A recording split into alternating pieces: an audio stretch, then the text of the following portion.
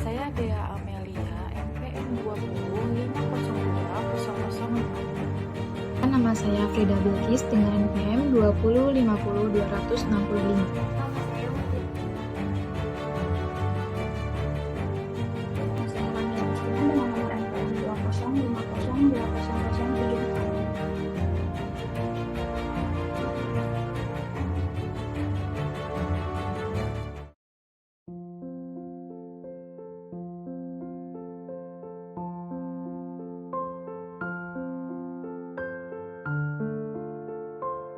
Apa itu ekspor? Ekspor ialah kegiatan penjualan barang atau jasa dalam negeri ke pihak yang ada di luar negeri. Barang yang dijual oleh pihak dalam negeri berupa hasil alam yang melimpah seperti rempah-rempah, biji kopi, dan bahan lainnya. Secara singkat, ekspor adalah kegiatan menjual barang ke luar negeri, dan ekspor merupakan kegiatan mengeluarkan barang dari daerah pabean.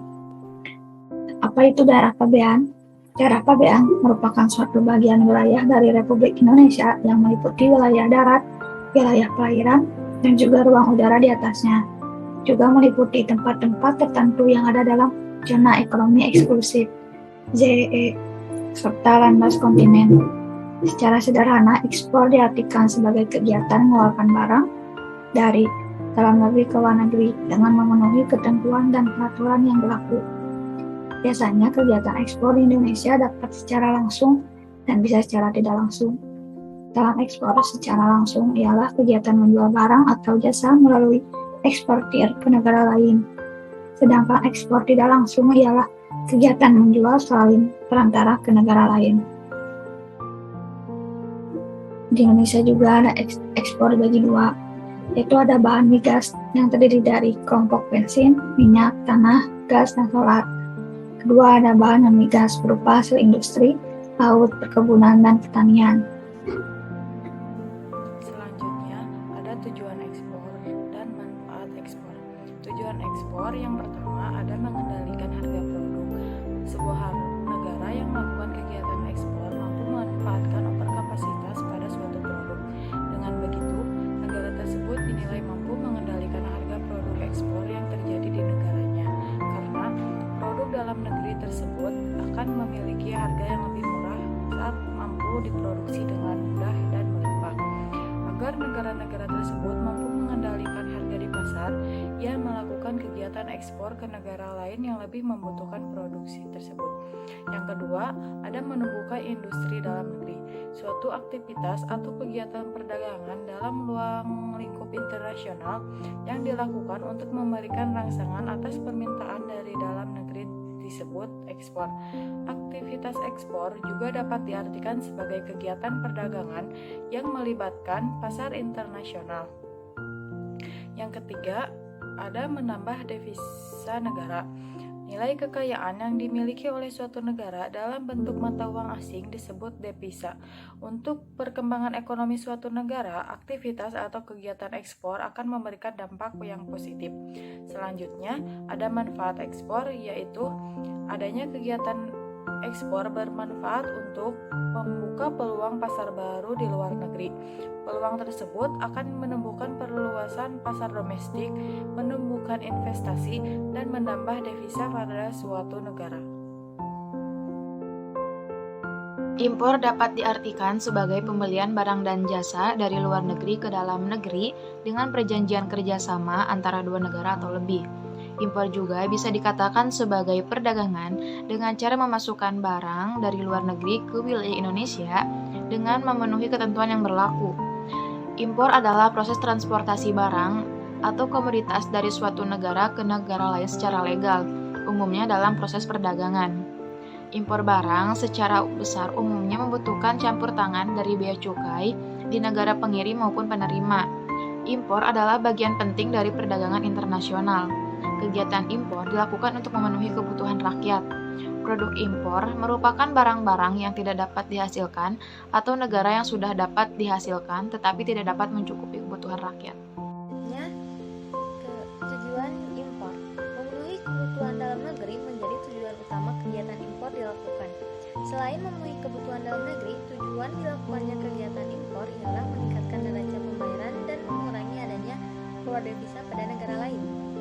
Berdasarkan penjabaran di atas, dapat disimpulkan 3 poin tujuan kegiatan impor. Yang pertama, memenuhi kebutuhan dalam negeri. Aktivitas impor memiliki tujuan untuk memenuhi kebutuhan perusahaan dalam negeri yang belum tersedia. Seperti yang sudah pada pengertian impor di atas, bahwa sebuah negara melakukan impor karena tidak mampu untuk memproduksi suatu barang. Yang kedua, memperkuat posisi neraca pembayaran.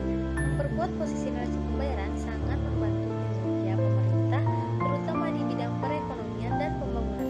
Dengan memperkuat posisi neraca pembayaran memudahkan pemerintah memperkuat posisi ekonomi nasional terhadap perekonomian internasional. Dan poin terakhir adalah menambah devisa negara atau mengurangi keluarnya devisa ke luar negeri. Aktivitas impor ternyata juga bisa menambah devisa untuk negara. Pendapatan tersebut didapatkan dari biaya bea cukai pada barang-barang yang diimpor dengan mematok nilai yang cukup besar. Mengurangi keluarnya devisa ke luar negeri adalah menjaga agar devisa tetap dalam posisi aman. Dan selanjutnya ada manfaat impor. Kegiatan impor bermanfaat untuk meningkatkan potensi pada suatu negara. Kegiatan impor bermanfaat bagi memperoleh barang dan jasa yang tidak bisa dihasilkan oleh suatu negara karena faktor geografis dan sebagainya. Selain itu, kegiatan impor bermanfaat untuk memperoleh bahan baku dan teknologi modern. Secara tidak langsung, kegiatan impor akan mendukung stabilitas negara. Berdasarkan penjabaran di atas, dapat disimpulkan 3 poin manfaat kegiatan impor. Yang pertama, mendapat produk yang belum ada di dalam negeri. Setiap negara pastinya tidak bisa menghasilkan semua produk yang dibutuhkan masyarakat. Dengan melakukan impor ini, suatu negara bisa mendapatkan produk yang belum tersedia. Yang poin kedua, mengatasi kekurangan produk dalam negeri. Tingkat produksi yang rendah tentu saja tidak bisa memenuhi kebutuhan masyarakat. Adanya impor barang dari luar negeri ini bisa mengatasi kekurangan produk dalam negeri. Dan yang poin terakhir adalah mendapatkan bahan baku. Agar bisa menghasilkan produk yang berkualitas, tentunya harus terdiri dari bahan baku yang baik. Tetapi tidak semua negara memiliki semua bahan yang dibutuhkan. Jadi, negara memiliki kelengkapan bahan baku yang didapatkan dari luar negeri. Baik, di sini saya akan menjelaskan mengenai neraca perdagangan. Berdasarkan Otoritas Jasa Keuangan atau OJK, neraca perdagangan diartikan sebagai suatu ikhtisar yang di dalamnya akan menunjukkan selisih antara nilai transaksi kegiatan ekspor dan juga impor dalam suatu negara di periode waktu tertentu. Umumnya, neraca perdagangan ini banyak digunakan untuk menilai kegiatan perdagangan dalam skala internasional. Ada 2 hal yang dibutuhkan untuk menghitung neraca perdagangan, yaitu nilai ekspor dan juga nilai impor. Neraca perdagangan punya rumus yang sederhana, yaitu nilai ekspor akan dikurangi nilai impor. Yang dimaksud nilai ekspor adalah barang dan jasa yang dibuat dalam negeri dan dijual kepada orang asing. Sementara nilai impor adalah barang dan jasa yang dibeli oleh penduduk suatu negara, di mana barang dan jasa tersebut dibuat di luar negeri. Selanjutnya ada jenis-jenis neraca perdagangan. Neraca perdagangan dibagi menjadi 3. Yang pertama ada neraca perdagangan surplus. Neraca perdagangan surplus adalah suatu kondisi di mana nilai transaksi ekspor lebih besar daripada nilai impor. Bila kondisi neraca perdagangan menjadi surplus, maka tentunya akan menguntungkan negara karena mereka akan mendapatkan nilai pendapatan yang lebih besar. Yang kedua ada neraca perdagangan defisit. Kebalikan dari neraca perdagangan surplus, neraca perdagangan defisit adalah suatu kondisi pembayaran yang nilai transaksi impornya jauh lebih tinggi daripada nilai ekspornya. Untuk beberapa negara, terutama negara berkembang, kondisi seperti ini dianggap tidak menguntungkan mereka karena biaya yang harus dikeluarkan untuk melakukan impor jauh lebih tinggi daripada pendapatan dari transaksi ekspornya. Yang ketiga ada neraca perdagangan seimbang. Neraca perdagangan seimbang adalah suatu kondisi saat nilai transaksi ekspor dan impor suatu negara seimbang. Itu artinya negara tersebut tidak mengalami kerugian ataupun keuntungan. Kondisi ini sangat sulit untuk dipertahankan pada suatu negara tertentu. Selanjutnya ada nilai ekspor di Indonesia Desember tahun 2020. Pertama ada ekspor migas dan non-migas. Ekspor Indonesia pada Desember 2020 meningkat 8,39% dibanding November 2020, yaitu dari 15,259,3 juta US dollar menjadi 16,539,3 juta US dollar. Demikian juga jika dibanding Desember 2019 meningkat 14,63%. Peningkatan ekspor Desember 2020 dibanding November 2020 disebabkan oleh meningkatnya ekspor non-migas besar 7,6%, yaitu dari 14,49,1 juta US dollar menjadi 15,520,5 juta US dollar. Demikian juga ekspor migas naik 33,66% dari 762,2 juta US dollar menjadi 1,18,8 juta US dollar. Peningkatan ekspor migas disebabkan oleh meningkatnya ekspor hasil minyak 72,79% menjadi 116 juta US dollar dan ekspor minyak mentah 62,86% menjadi 391,1 juta US dollar. Demikian juga ekspor gas naik 12,47% menjadi 511,7 juta US dollar. Secara kumulatif, nilai ekspor Indonesia periode Januari sampai Desember 2020 mencapai 163,31 miliar US dollar atau turun 2,61% dibanding periode yang sama, yaitu tahun 2019. Demikian juga ekspor kumulatif non-migas mencapai 155 miliar US dollar atau menurun sebesar 0,57%. Selanjutnya ada dari sisi volume. Ekspor Indonesia Desember 2020 meningkat 7,59% dibanding November 2020 yang disebabkan peningkatan volume ekspor non-migas 6,59% dan migas 27,14%. Dibandingkan dengan Desember 2019, volume total ekspor meningkat 2,88% dengan non-migas naik 1,89% dan migas 22,44%. Volume ekspor migas Desember 2020 terhadap November 2020 untuk minyak mentah naik 69,8%, demikian juga hasil minyak dan gas naik masing-masing 68,76% dan 2,32%. Secara kumulatif, volume ekspor menurun 11,31% dibanding periode Januari sampai Desember 2019, yang disumbang oleh penurunan volume ekspor non-migas 11,99%, sedangkan migas naik 4,76%. Dan juga rata-rata harga agregat barang ekspor Indonesia secara total pada Desember 2020 meningkat 0,74% terhadap November 2020. Sementara jika dibandingkan dengan bulan yang sama tahun 2019 naik 11,42%, dan rata-rata harga ekspor non-migas Desember 2020 naik 0,44% terhadap November 2020. Demikian juga rata-rata harga ekspor migas Desember 2020 meningkat 5,13% dengan rata-rata harga ekspor hasil minyak naik 2,38% dan gas naik 9,92%, sedangkan minyak mentah turun 3,68%.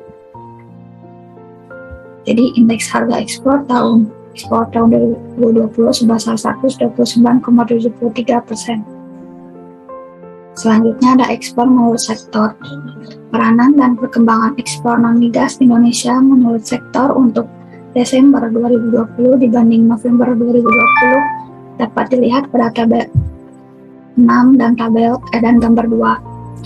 Jadi ekspor produk Indonesia pengolahan meningkat 6,79% yang disumbang oleh peningkatan ekspor minyak kelapa sawit.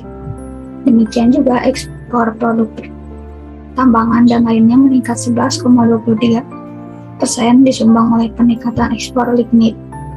Ekspor produk pertanian menurun 3,75% yang disebabkan oleh menurunnya ekspor buah-buahan tahunan. Selama Januari sampai Desember 2020, ekspor non-migas Indonesia menurut sektor industri pengolahan meningkat 2,95% dibanding 2019, yang disumbang oleh meningkatnya ekspor besi atau baja. Demikian juga ekspor produk pertanian meningkat 13,75% 4,98% dan disebabkan oleh meningkatnya ekspor sarang burung. Sedangkan ekspor produk pertambangan dan lainnya menurun 20,70% yang disumbang oleh menurunnya ekspor batu bara.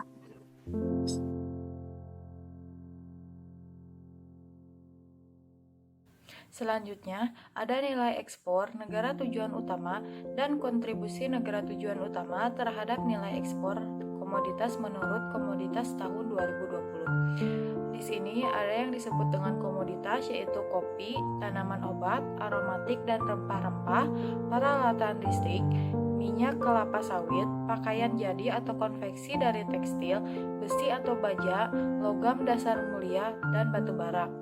Di sini pun ada nilai ekspor menurut masing-masing komoditasnya. Selanjutnya, ada negara tujuan utama, yaitu negara Amerika Serikat, Thailand, Jepang, India, Tiongkok, Singapura, dan India. Ada pula kontribusi negara tujuan utama terhadap nilai ekspor kepada komoditasnya, seperti yang ada pada gambar di sini. Selanjutnya, di sini pada gambar ada perkembangan ekspor Indonesia. Ekspor bulan Desember 2020 tercatat menjadi yang tertinggi di sepanjang tahun, terutama didorong oleh meningkatnya harga komoditas ekspor andalan Indonesia, khususnya batu bara dan minyak sawit. Berdasarkan tujuan, ekspor ke Tiongkok mengalami peningkatan tajam sepanjang tahun 2020. Di sini pun ada gambar mengenai perkembangan ekspor Indonesia. Ada produk non-migas dan produk migas.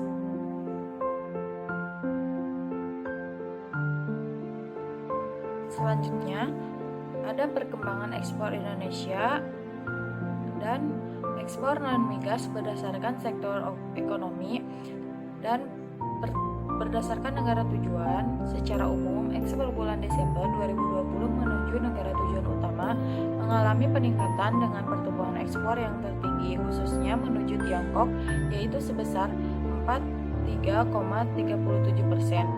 Di sini pun ada gambar mengenai pertumbuhan 10 produk ekspor non-migas terbesar sepanjang Januari sampai dengan Desember 2020.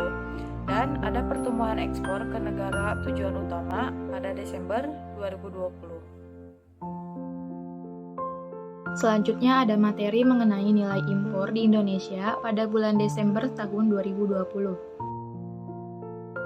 Nilai impor Indonesia pada bulan Desember tahun 2020 mencapai 14.437,9 juta US dollar atau naik sekitar 14% dibandingkan bulan November pada tahun 2020. Hal tersebut disebabkan oleh meningkatnya impor migas sebesar 36,57% dan non-migas sebesar 11,89%. Peningkatan impor migas dipicu oleh bertambahnya impor minyak mentah, hasil minyak, dan gas. Sementara itu, nilai impor pada bulan Januari sampai Desember 2020 tercatat 141.568,3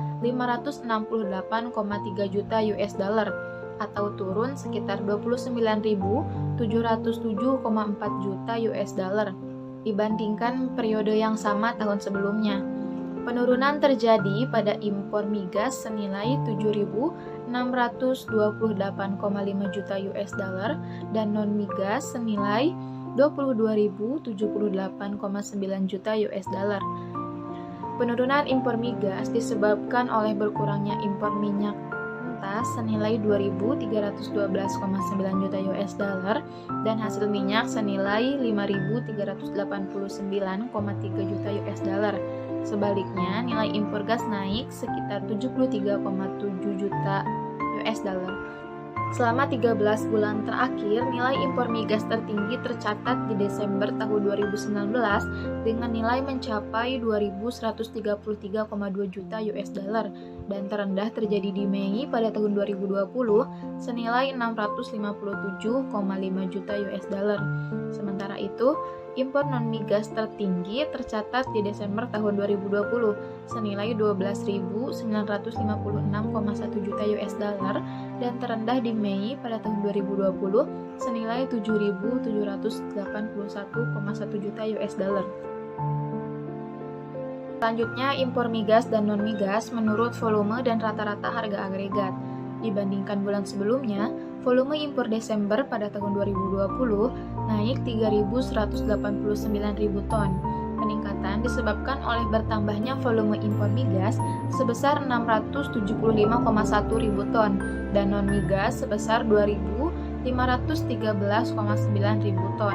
Dilihat lebih lanjut, peningkatan volume impor migas dipicu oleh meningkatnya volume impor minyak mentah sebesar 344,3 ribu ton, hasil minyak sebesar 237,8 ribu ton, dan gas sebesar 93 ribu ton. Rata-rata harga agregat barang impor Indonesia pada Desember 2020 turun 9,72% terhadap November 2020. Penurunan disebabkan oleh merosotnya rata-rata harga agregat non-migas sebesar 12%, walaupun rata-rata harga agregat migas naik sekitar 10,63%. Dibandingkan bulan sebelumnya, rata-rata harga agregat barang impor Indonesia pada Desember 2020 juga turun sekitar 7,24% yang dipengaruhi oleh penurunan rata-rata harga agregat migas sebesar 23,4% dan non-migas sebesar 7,97%. Kemudian impor menurut golongan penggunaan barang. Dibandingkan bulan sebelumnya, selama Desember tahun 2020, terjadi peningkatan pada seluruh golongan penggunaan barang ekonomi. Golongan barang konsumsi naik senilai 414,8 juta atau sekitar 31,89%. Bahan baku atau penolong senilai 1.263,9 juta US dollar atau 14,15% dan barang modal senilai 94,8 juta US dollar sekitar 3,89%. Selama Januari sampai Desember pada tahun 2020, nilai impor ketiga golongan penggunaan barang tersebut mengalami penurunan sekitar 29.707,4 juta US dollar jika dibandingkan periode yang sama pada tahun sebelumnya. Penurunan terjadi pada golongan barang konsumsi senilai 1.798,8 juta US dollar, bahan baku atau penolong senilai 23.145,7 US dollar, dan barang modal senilai 4.762,8 juta US dollar.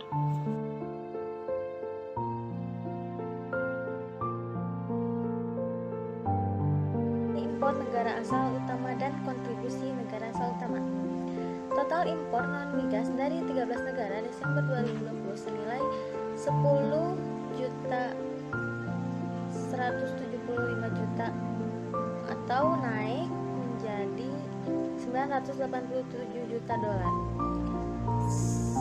dalam kurung 10,74%. Dibandingkan November 2020, kondisi tersebut disebabkan oleh naiknya nilai impor beberapa negara utama seperti Tiongkok 550,1 juta US dollar sama dengan 14,14%, Korea Selatan 132,7 juta US dollar 22,35% dan Malaysia 98,6 juta US dollar 25,13%.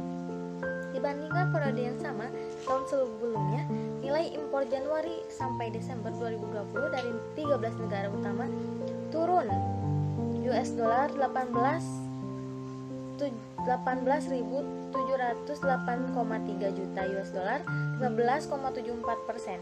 Penurunan ini terutama dipengaruhi nilai impor dari Tiongkok,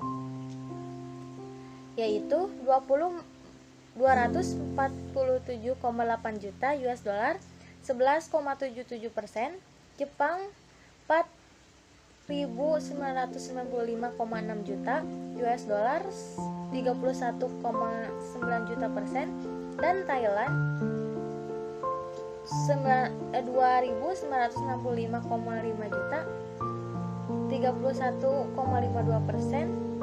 Dari sisi peranan terhadap total impor non-migas Januari sampai Desember 2020, kontribusi tertinggi berasal dari kelompok negara ASEAN senilai 23.406,3 juta US dollar 18,39%, diikuti Uni Eropa senilai 10.085,4 juta US dollar 7,92%. Sementara itu impor dari 13 negara utama mencapai 122,2 juta 78,65%. Tiongkok masih memiliki kontribusi terbesar senilai 39.353,2 juta 30,9%. Secara lebih rinci, perkembangan impor non-migas Indonesia dari 13 negara asal barang utama Januari sampai Desember 2019 dan 2020 dapat dilihat di bawah ini. Nilai impor negara asal utama dan kontribusi negara asal utama terhadap nilai impor komoditas menurut Komoditas 2020. Terdapat beberapa komoditas, yaitu beras, minyak bumi dan hasil-hasilnya, perlengkapan telekomunikasi, mesin keperluan industri, gula, kedelai, biji gandum, dan mesin. Di sampingnya terdapat nilai impor dari komoditas yang sudah saya sebutkan. Di sampingnya ada negara asal utama terhadap nilai impor komoditas serta ada presentasi nilai komoditas. Bisa kita lihat di tabel berikut. Perkembangan impor Indonesia. Kinerja impor bulan Desember 2020 kembali melonjak sebesar 14% secara MTM, didorong oleh meningkatnya impor migas dan non-migas. Dengan demikian, neraca perdagangan secara kumulatif dari bulan Januari sampai dengan Desember tahun 2020 tercatat surplus sebesar US dollar 21,74 miliar. Di sini pun dalam gambar ada perkembangan impor Indonesia, produk migas dan produk non-migas. Impor negara asal utama dan kontribusi negara asal utama. Total impor non-migas dari 13 negara Desember 2020 senilai 10.175 juta atau naik menjadi 987 juta dolar. Dalam kurung 10,74% dibandingkan November 2020. Kondisi tersebut disebabkan oleh naiknya nilai impor beberapa negara utama seperti Tiongkok 550,1 juta US dollar sama dengan 14,14%, Korea Selatan 132,7 juta US dollar 22,35%, dan Malaysia 98,6 juta US dollar 25,13%. Dibandingkan periode yang sama tahun sebelumnya, nilai impor Januari sampai Desember 2020 dari 13 negara utama turun US dollar 18.708,3 juta US dollar 15,74%. Penurunan ini terutama dipengaruhi nilai impor dari Tiongkok, yaitu 247,8 juta US dollar 11,77%, Jepang 4.995,6 juta US dollar 31,9 juta persen, dan Thailand 2.965,5 juta 31,52%. Dari sisi peranan terhadap total impor non-migas Januari sampai Desember 2020, kontribusi tertinggi berasal dari kelompok negara ASEAN senilai 23.406,3 juta US dollar 18,39%, diikuti Uni Eropa senilai 10.085,4 juta US dollar 7,92%. Sementara itu impor dari 13 negara utama mencapai 122,2 juta 78,65%. Tiongkok masih memiliki kontribusi terbesar senilai 39.353,2 juta 30,9%. Secara lebih rinci, perkembangan impor non-migas Indonesia dari 13 negara asal barang utama Januari sampai Desember 2019 dan 2020 dapat dilihat di bawah ini. Selanjutnya ada perkembangan impor Indonesia dan impor berdasarkan penggunaan barang. Pertumbuhan 10 produk impor non-migas terbesar dari Januari sampai dengan Desember 2020. Pertumbuhan impor non-migas dan dari negara tujuan utama Januari sampai dengan Desember 2020 dan bulan Desember 2020. Dan terakhir ada neraca perdagangan pada bulan Desember 2020 sampai dengan Januari sampai dengan Desember tahun 2020.